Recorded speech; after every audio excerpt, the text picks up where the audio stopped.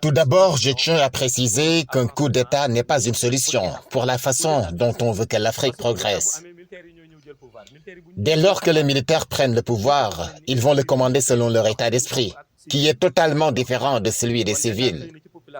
En conséquence, la majeure partie de la population n'aura pas la possibilité de suivre le rythme de l'armée à la tête de l'État.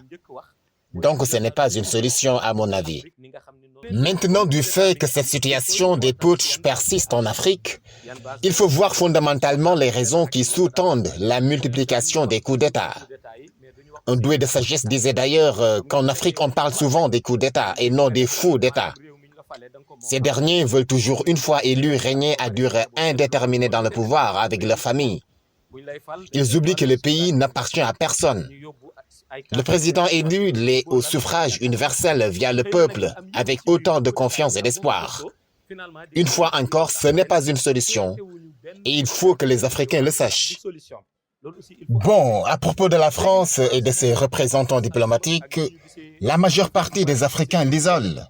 D'une certaine manière, je pense que ces derniers n'ont pas simplement envie de monter au créneau contre la France ou d'être haineux à l'encontre d'elle. S'ils le font, c'est parce qu'il y a un problème. La vérité est que les Africains ne font que récupérer ce qui leur appartient, leurs biens, leurs ressources. La majeure partie des entreprises sont gérées par les puissances occidentales et profitent mieux aux colonisateurs qu'aux pays africains.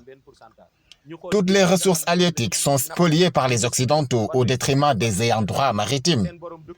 C'est de ça que je crois que les Africains s'insurgent contre, et non pas de la haine envers la France. Mais plutôt, ils veulent tout simplement prendre ce qui leur revient de droit. En résumé, nous n'avons pas de problème avec la France, mais seulement, nous aussi, nous sommes des pays souverains, comme l'est la France, en voulant défendre nos intérêts. En d'autres termes, la France peut bel et bien soutenir et aider qui il veut, mais qu'il nous laisse nos ressources. Comme le disait le sage, si tu ne peux pas donner de l'aumône à l'aveugle, laisse-lui au moins sa charité. La jeunesse actuellement est très consciente et très au fait de ce qui se passe dans le monde, d'où leur réaction face à certains actes d'injustice qui passaient autrefois sans protestation.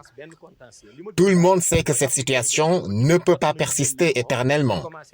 Les Africains sont maintenant très éveillés.